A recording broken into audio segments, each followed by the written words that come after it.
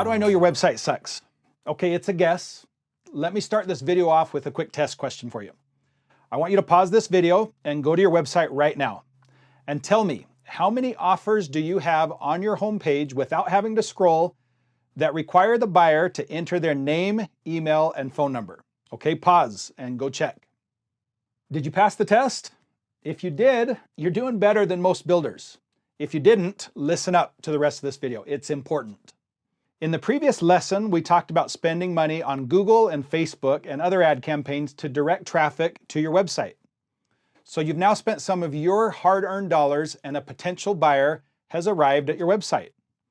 What is their first impression? You only have one chance to make a first impression with these potential buyers. Are you proud of the website that they're seeing? Have you piqued their interest? Is it speaking to them in any way at all? Does it help them to trust you? These are all important questions to answer, and you should work with the design of your website to make sure you're nailing the first impression with each of the potential buyers. However, there is something way more important than this. Okay, you have spent thousands of dollars to get them here. Now, how do you get maximum return on these marketing dollars spent? There's a very simple answer to this. It is a name and an email address, a registered lead. How are you going to do this? Do you think it's maybe through the Contact Us page? You know, that hard to find page. It's tucked down at the bottom of one of the drop-down menus. There's a spot there usually for a name and an email address. You've probably added your phone number on this page in hopes that somebody will pick up their phone and give you a call. Guess what? I've got a news flash for you. It doesn't work. Buyers are not going to search all over your website trying to figure out how they can sign up to give you their name and email address. There's a better way to get a name and email address, I promise. Now, I want to talk first about what builders are doing wrong with their websites. You can check your website against this and see how you're doing. What do you normally see on most builder websites? First off, you probably see lots of pretty pictures, which is fantastic.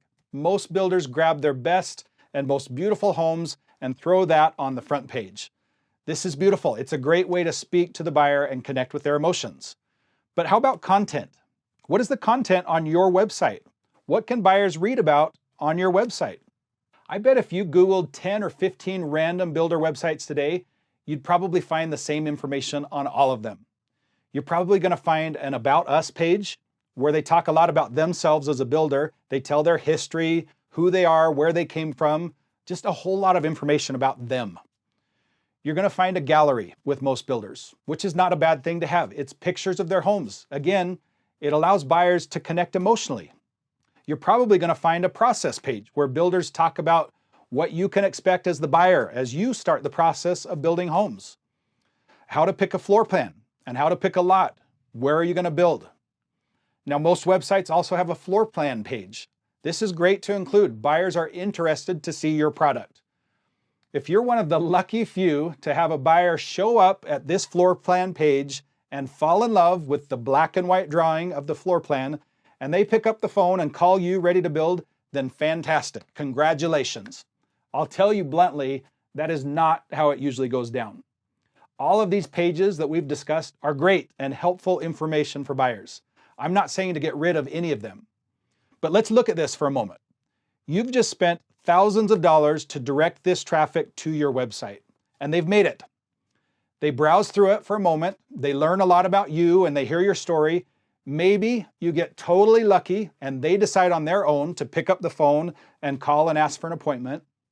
But if not, if something on the website hasn't spoken to them, they're on to the next builder website to look at the same About Us page, process page, floor plan, and galleries. And guess what? They're gone.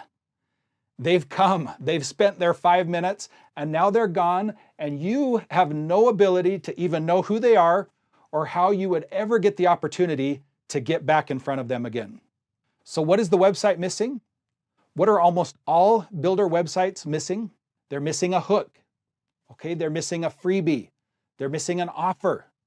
Something of value that piques their interest enough to take the 3.5 seconds to fill out their name and email address to get that free something that just spoke to them. Now, once they've taken this 3.5 seconds, you're golden. The website has served its purpose. The lead has been captured, and now you are in control of the situation. unlike all of the other builders who just lost that lead. Now you have the opportunity to reach out to them with phone calls and with text messages. You can set up email drip campaigns. You don't even have to email them on your own. They're automatically sent out from the time that this buyer signs up and is into your marketing program. You craft these emails one time, and now that buyer is fed with email after email after email talking about you and your company and everything that you have to offer them. And guess what happens with this? You get your first sales appointment. It's important to remember, you guys, the website is not what will sell your homes. The purpose of the website is simply to capture an email address so that you can set up a sales appointment so that your sales team can jump in and now sell to them.